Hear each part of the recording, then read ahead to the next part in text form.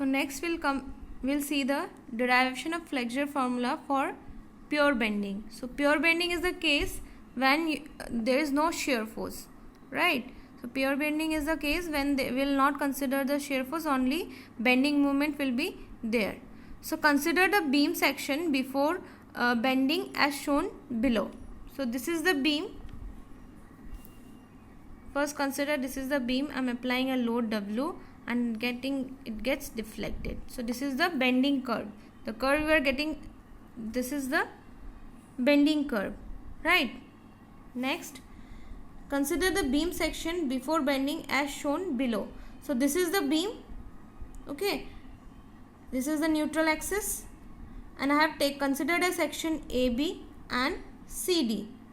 Okay, on that AB and CD, which is of length dx, I have considered the length. This is your dx. Okay, I have considered a portion of AB and CD and a length and a layer EF on the neutral axis, again a layer of GH which is at a distance of y from the neutral axis. So see, consider another layer GH at a distance y from neutral axis NA. Now consider the section of the beam after bending. So this is the figure when before bending, okay, and this is the, so this is consider another layer GH at a distance y from neutral axis NA. So I have considered this section GH at a distance of y from neutral axis. So now consider the section of the beam after bending. So this is my section. My beam got deflected. This is the curved portion. Okay. This is the neutral axis, right? This is it goes from center. The deflected EF is there. The deflected G, which becomes EF and F dash. The deflected GH part is G dash, H dash, and this is the Y. Now, if I take a point, this is, I'm joining this section, this A dash B dash and C dash D dash. This was my AB, right? Earlier, before bending, it was straight. Before bending, this AB and CD was straight. After bending, it got deflected, right? It comes in under the curvature of the beam. Now, if I extend this part, it will join to a point, intersect to a point. I am giving it a name O. So from this center, if I draw a line to the arc, I'll consider this as radius of curvature, and this intersection making an angle of theta. Okay. Let the beam may bend as shown in above figure. So your beam is deflected like this, where R is the radius of curvature for layer EF dash.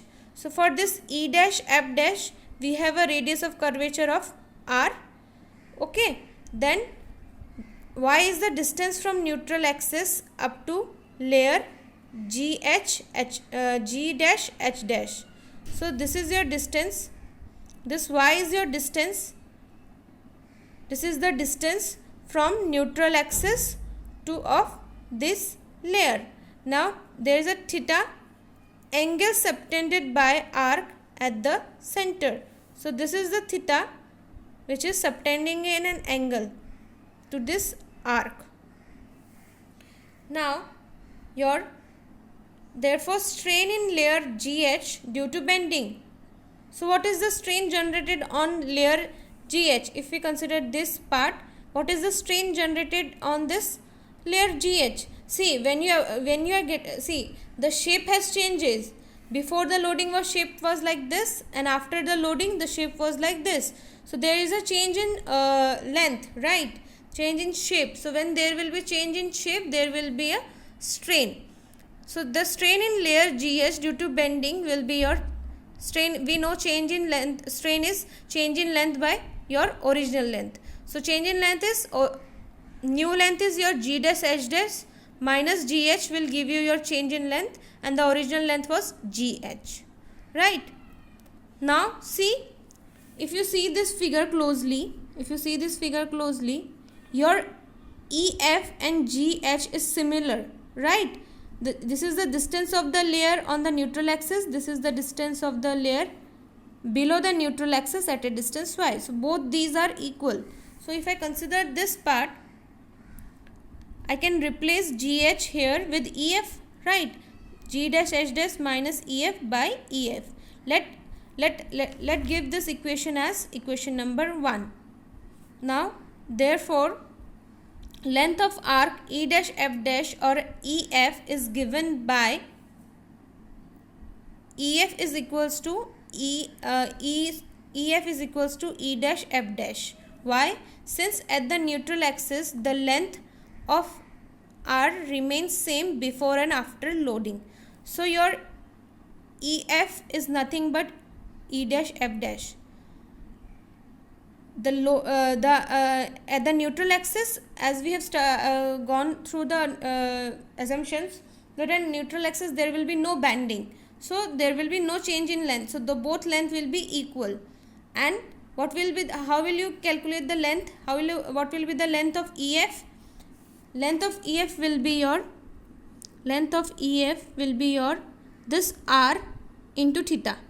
So the length of arc, how to find the length of arc? It is the angle into the radius of curvature. So EF is your EF is your R theta. Hope till this part is clear.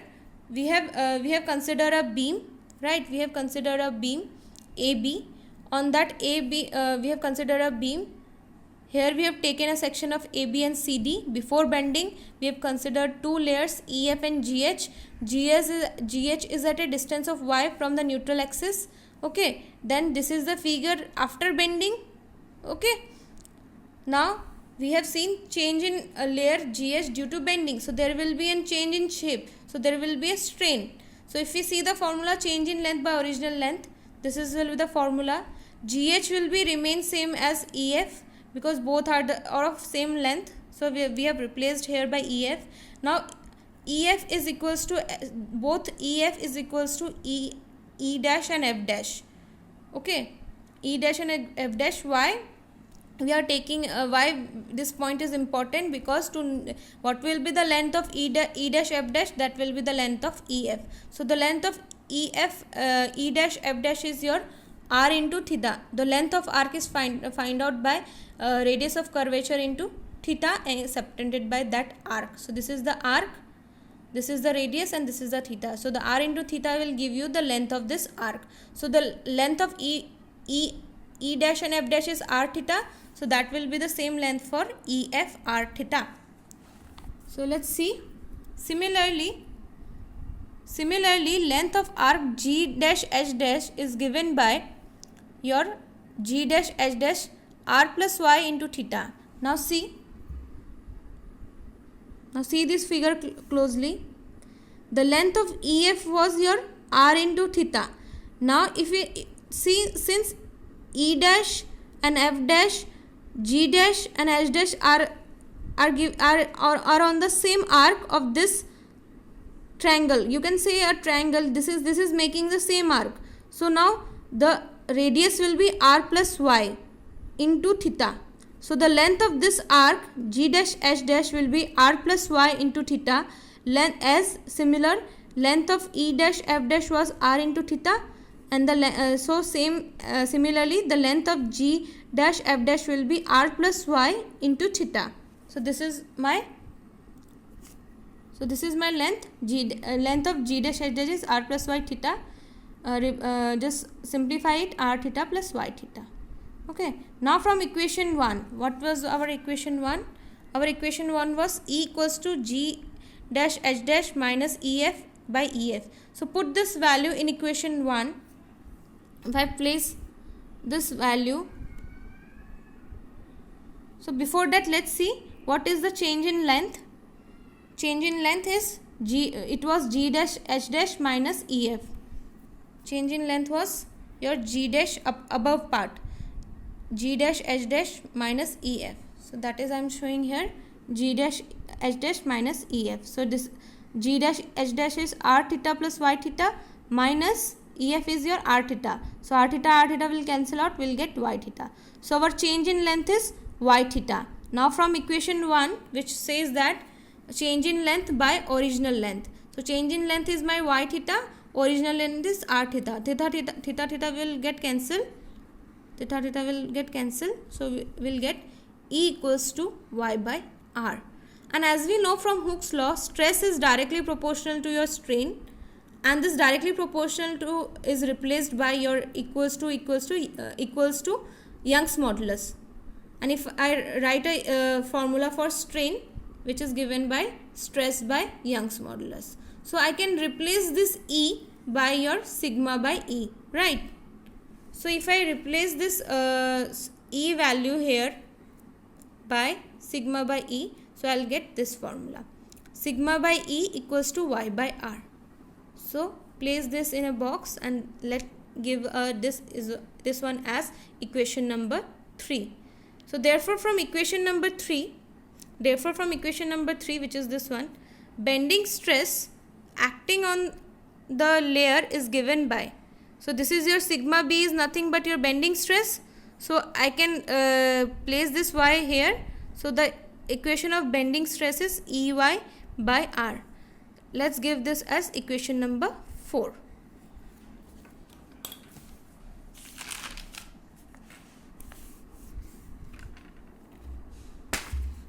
Now see, from equation number 4, we see that Young's modulus, that is E, and radius of curvature are constant. So throughout the beam section, your Young's modulus and R will be constant. So you can write sigma b is directly proportional to y. Your bending stress is directly proportional to the y. Okay, this is important one. This is the important point of the derivation. Your bending stress is always depend on the distance of the topmost layer, which is getting bent from the neutral axis. So this y is an important factor. Now consider the cross section of the beam as rectangular, and in that consider an elemental strip having area dA located at distance y from neutral axis as shown in the figure. So we have considered a rectangular beam. Okay, this is the rectangular beam, this is the neutral axis. So I have considered a strip of area dA which is at a distance y from the neutral axis. Now what are the forces, and first we'll find what are the forces and movement acting on this beam, then we'll integrate that to find out the movement on those beam. For in the first part, we have found out that what was the change in length and what was the bending stress generated, and we got equation number 4, right? We got equation number 4, sigma by y, E by r. Now we'll see what is the movement and force movement generated in this beam. Okay, so we'll start with, we are taking a small strip. We'll first find out what is the stress movement on this strip, then we'll integrate to find the overall movement. So therefore the force acting on the elemental strip, because bending is given by force is stress is force by area, right? We have come across many times stress is your force by area, right? So what will be the force? It is stress into area. So your therefore force is stress into area. Stress is bending stress into area dA. So now I can replace from equation 4 I can replace this sigma b by ER by y, ER into y, right? So therefore force is E by RY into dA. Now this is the force, this is my force part. Now let's find out the movement. Taking movement of force about the neutral axis. So we'll take the movement about those neutral axis. What is the movement about those neutral axis? One will be, as we know, movement is force into area, force into distance. So the force on this is dF into what is the distance? Y. So dF into y, and we know dF we have found out ER into y into dA into y. So our movement on that strip dA is E by R into y square into dA. Movement on small strip. So this dm is your movement on small strip. Now let's find out the total moment on the beam about neutral axis. So what will be the total moment on the beam above the neutral axis? We'll integrate this whole equation. We'll integrate this part. Okay, when we integrate, we know E by R is constant. We have written above that E R is constant. So when you integrate, E and R will come outside. If you integrate the small moment, it will become the total moment. Into we have to integrate y square into dA. So integration of y square, it is area into distance square. Your area into distance square is nothing but second moment of inertia, which is also denoted as moment of inertia I. So I got this equation as, so I is your second moment of area or moment of inertia about neutral axis. So I got a equation m by I equals to E by R. Let's represent it by equation 5th. Now from equation 3 and 4th, from equation 3 we got sigma by y equals to E by R, right? And from this one I got m by I equals to E by R. So if I placed, I'll get this equation. Let's represent this equation as A. So your equation A is flexural formula, or it is also known as bending equations. So please go through the derivation and let me know if you didn't understand. Thank you.